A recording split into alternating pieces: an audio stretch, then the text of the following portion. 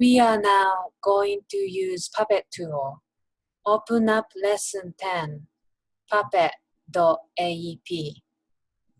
file that I provided.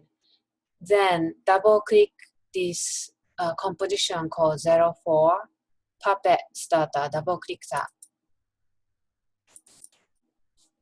And you will see this figure on the screen. We are going to animate this figure using Puppet tool, which is this. Puppet tool's icon looks like it's a push pin. So click this icon and it says Puppet pin tool. You can press Command P for shortcut.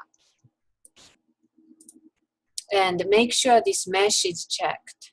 Set expansion to B3.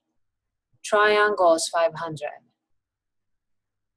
And press this part of the figure, like ankle of this figure. Click once with this puppet tool, like this, just once. So when you click a part of a graphic with Puppet tool, you will see this yellow dot.